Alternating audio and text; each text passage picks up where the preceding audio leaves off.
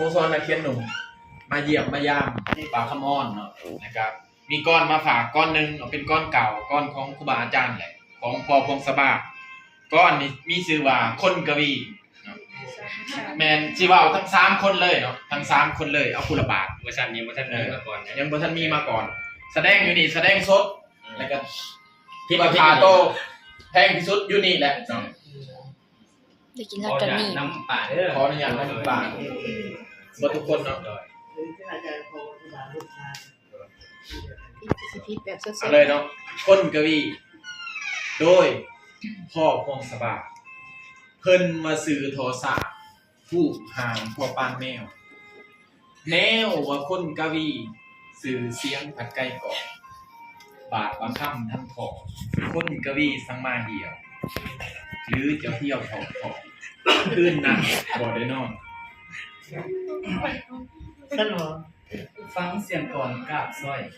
คอยเมียนสำเนียงใสไผว่าคนกวีสิจอยผอมถามทายวาทศิลป์เสริมสร้างวางก่อนก่อยกาวศิลปะกะยาวแย้มแซมซ่อนซื่นสอง อยากออกตอนท้ายย่านเพิ่นและอ่านโซในโลกไล่เป็นนักกวีมาแล้ว เป็นแนวใดก็ขอตั้งสัจจาจังจริงแจ๋วแนบเด้งในหวาดเบากวีเข่ากองหู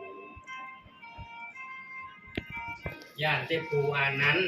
สิแดงหน่าย สิ สิ่ง หมายฟังย่านเพิ่นหันหลังป๋าปล่อยกวีเว้ยถึงมากกวีเหียนให้ดีสิเทียนแทงขอ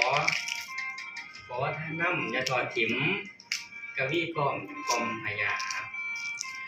จงเมตตาสวยส่วนขบวนมากวงกวีเทิงเวทีวงจรโรคอักษรสินสางคณะคนกวีห้าง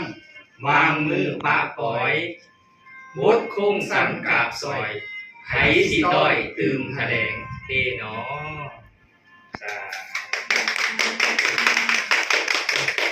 ก็นะก็อยู่ที่สังกัดช่วยได้แบบอัตลีนั่นช่วยมอบประหลัดที่เป็นผู้สอนที่ใครเขาคงทราบบอกว่าอัตลีคือจะทุกอย่างจะไม่ได้กินถ้าเลยว่าเป็นก่อนจะเกิดการส่งแล้วก็เลยแก้ไหลก็